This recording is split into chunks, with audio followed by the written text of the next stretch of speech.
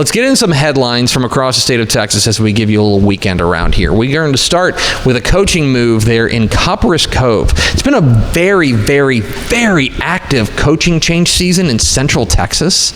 Mart has come open. Temple has come open. A lot of big-time programs in Central Texas are making moves, and you can add Copperas Cove to the list, as they announced last week that Tony Johnson, their head coach, is moving into an administrative role, into an assistant athletic director role within Copperas Cove ISD, which is going to leave the Bulldogs with a W, looking for a new head coach. It'll be fascinating to see exactly where they go here, because I think that, you take a look at what Coach Johnson has done there. He's been there for 3 seasons. Didn't go as well as they had hoped. They went just 8-22, but we know that there is such talent there, and there is such upside there with Copperas Cove. Fascinating to see where this goes. Really, since Jack Welch left in 2018, the Bulldogs have had just 1 playoff appearance, but this feels like a looming kind of giant. A one-school town there in Copperas Cove. We know they can succeed at the highest level. Hello, Robert Griffin III. They can do big things. I would expect Copperas Cove to have a very healthy candidate list there. Copperas Cove is open as Tony Johnson is moving into Copperas Cove ISD administration. A job that has closed, to borrow a phrase, is Bernie. You may remember that Shea Hendricks announced that he was going to be leaving to join the staff of the University of Arkansas, which has wide-ranging implications for the quarterback spot, too, because Hank Hendricks, his son, is an outstanding quarterback. But as I posted on Twitter, some job hirings are layups, but as Matt Stepp says, layups are worth 2 points. Bernie has promoted their defensive coordinator Brett Sawyer to be their next head coach. He's been the defensive coordinator for the Greyhounds for the last 7 seasons. Was a huge part of what has been a meteoric rise of this program, making it to a 4A Division I state championship game in 2022, and then to the 20s, and then as they moved to 5A, getting back to the state semifinals. He does have head coaching experience. Actually, he was the head coach at Sweeney for 3 years, taking them to a regional semifinal back in 2011. And then he went for 2 seasons at Baytown Sterling before moving over and taking the defensive coordinator job there at Bernie. So Brett Sawyer, the new head coach at Bernie High, considering their success, promoting from within always felt like the most natural move for Bernie, and they do just that with Brett Sawyer as the new head coach there at Bernie. Let's go to Cy Woods. Cy Woods is open was open, I should say. Spoiler for the end of this story. Because Cody Simper left to go take over at Barbers Hill. They have conducted their search, and they have come up with a head coach, and they have gone far-flung here, as they will hire. They announced on Friday that they will be hiring Jeremy Hickman to be their next head coach. Now, if that name rings a bell, that is because Jeremy Hickman has been the head coach at Fort Stockton for the last 3 seasons. Way out west. 4A program. Went 25-9 in 3 seasons there at his alma mater. Did fantastic stuff there. Won just their, and this is a Fort Stockton program, he took them to just their 3rd playoff win in program history back in 2022. Been building something really exceptional there with Fort Stockton. Now, he is familiar with this program. You're thinking, what's the connection here with Jeremy Hickman? He was an assistant there in 2000 for 5 years, starting in 2007, including he was their defensive coordinator up until he left in 2011, helping them go to back-to-back regional finals. So he is familiar with this program. This is not a new name to the Cy Woods community, but he did go back out west to coach at his alma mater. Now coming back to Cy Woods is Jeremy Hickman, which leaves now Fort Stockton open. We'll see where they go. Keep an eye on that. But Cy Woods has found their next head coach is Jeremy Hickman, moving far east from Fort Stockton to Cy Woods. Speaking of the Houston area, Aldine Eisenhower is looking for a new head coach. Odell James will not return in 2025 after leading the Eagles for the past 2 seasons. He was a local legend down there in Aldine, at Aldine MacArthur. He played collegiately at Baylor before going into his coaching career. kind of bounced around a little bit. He was at Bruni as an athletic director for a couple of seasons in far south Texas, where he went to Corsicana, was on a couple of staffs led by guys like Jason Todd and Reginald Samples and Hal Lawson. From what we understand, Odell James, there is some family issues that are going in there, some family health issues. We certainly wish the best for him and his family, which may have predicated this happening. So Aldine Eisenhower is open. They're going to be looking for a new head coach, is Aldine Eisenhower. Finally, in the coaching change ranks, let's go down to the Rio Grande Valley, where Edinburgh ISD made a big move last week, and that is doing a real shakeup.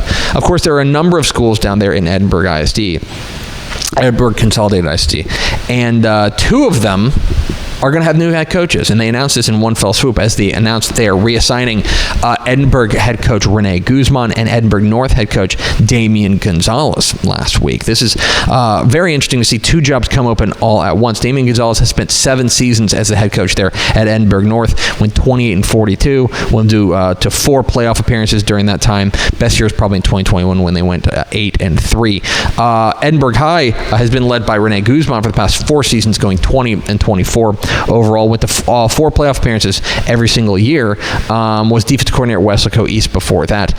Edinburgh Consolidated ISD is going to be looking for 2 head coaches, as Edinburgh High and Edinburgh North are both looking for head coaches.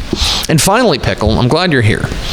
Yes. Not usually, but for this particular story, I am. Because you are one of the co-hosts of Women Talking Football. That is correct. And this has to do with 2 of those things. The first word, women, and the last word, football.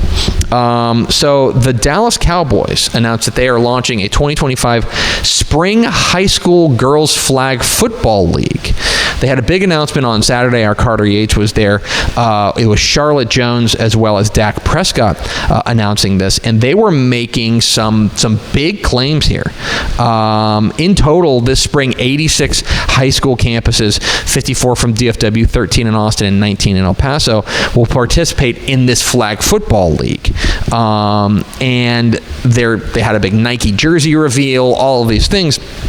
It is probably the biggest step for this sport in this state that we've seen. I know you guys have covered on WTF kind of the burgeoning flag football movement within women's sports, but I will just say that getting the Dallas Cowboys behind it certainly gives it some cachet that you really can't get anywhere else. Oh, absolutely. Yeah, we had the opportunity about 2 years ago to go out to Fort Worth ISD, which was one of the first independent school districts to really start trying to put an initiative into this. We got to go to a practice and talk about it and get to go out there and try and practice with some of the girls and stuff. And it's great. It's a lot of fun.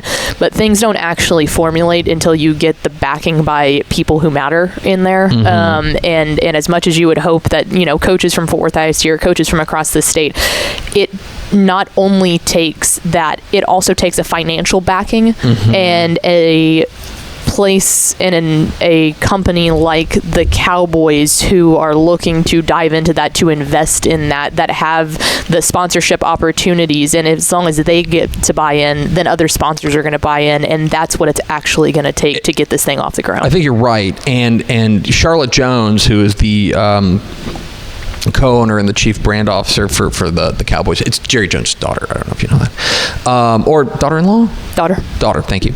Daughter-in-law, or daughter.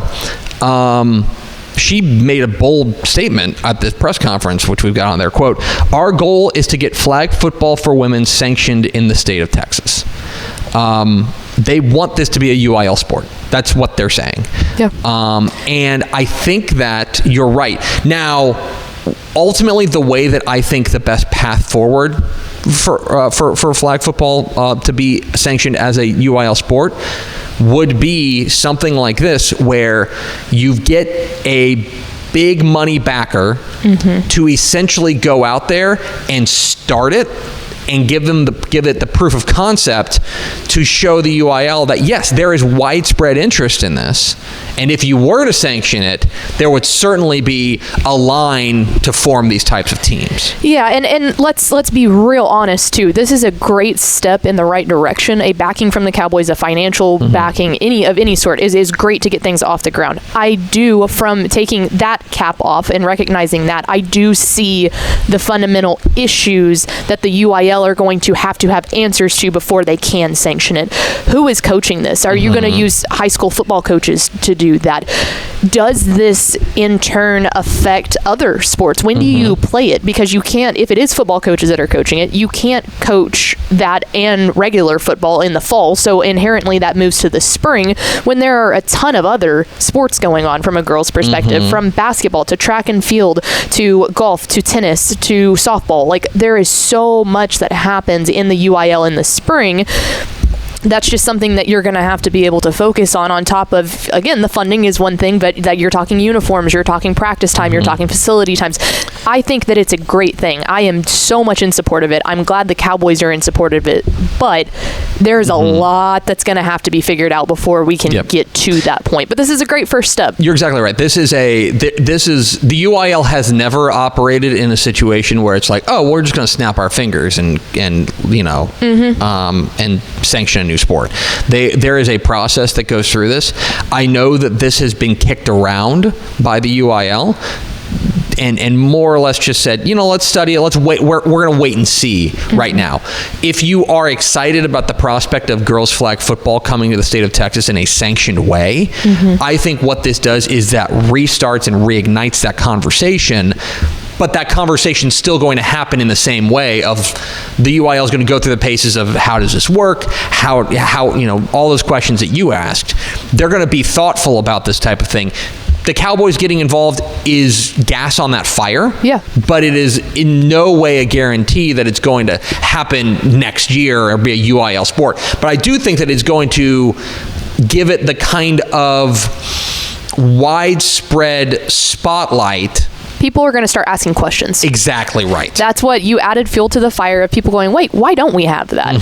The other thing that I think to keep in mind is even if the UIL decides to do it, it might be a rollout of what we're experiencing right now with like the last UIL sport that was sanctioned, which was water polo, and to where it started off as just 6A, and then now you're looking to go, okay, can 5A, 4A do it? I do not think that there is any way right now that people in the 3A and below classifications could pull that off, just because you really would start to affect the numbers of other schools. But from the 6A ranks, I bet there are plenty of girls in the athletic department that aren't playing softball or something like that would like to. So a lot to digest, but a good backing from the Cowboys. Yeah, ultimately, the Cowboys being involved, if you want flag football for girls to be sanctioned as UIL sport, this is a good step, but that's all it is. That is a good step in the right direction, and see where that will go. But certainly it'll be fun to watch and see, especially, they said 86 teams across the state of Texas. That is going to be very interesting. Total high school campuses having girls flag football, which will ultimately just be fun to see, and it's fun to see girls get out there getting involved in high school football. So, I'll go coach. No. Okay. All right. You guys heard it here first. Although I've seen I've seen your rates. Like you're very expensive. You got to pay to win. That's going to do it. Those headlines from Texas. We're Texas Football Today. We're here Mondays and Thursdays on TexasFootball.com, talking football in the Lone Star State. You can follow us on Twitter at DCTF. Like us on Facebook, Facebook.com/Dave Campbell's. Follow us on Instagram, Instagram.com/Dave Campbell's. And, of course, see us at TexasFootball.com.